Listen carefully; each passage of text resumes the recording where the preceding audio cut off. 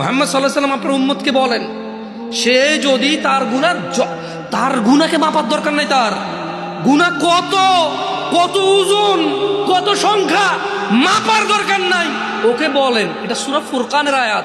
আমি কোন হাদিস বলছি না যে আপনি জাল বলবেন, দঈফ বলবেন, মুনকার বলবেন, মওযু বলবেন, তর্ক বিতর্ক শুরু করে দেবেন। এটা কোরআনুল কারীমের আয়াত, এর অনুবাদ করছি। আল্লাহ বলছেন যে আপনার এই উম্মতদেরকে বলে দেন, গুনার সংখ্যাও কেন গুনছে, ও ওজন কেন করতেছে, ও বেঁচে আছে না, ও নিঃশ্বাস আছে না, ও তো মারা যায়নি, এখনো ওর জন্য তওবার দরজা খোলা আছে, ও ফিরে আসতে পারে, ও ফিরে আসতে বলেন। ও বলুক, আল্লাহ যা করেছি আর করবো। তাহলে তওবা করছে, কি করছে? তওবা।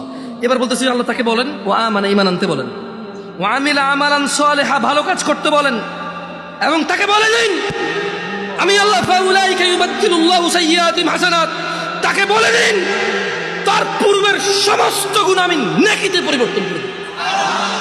ওয়া কানা আল্লাহু গফুরার রহিমা, কারণ আল্লাহ অতীব দয়ালু ও ক্ষমাশীল।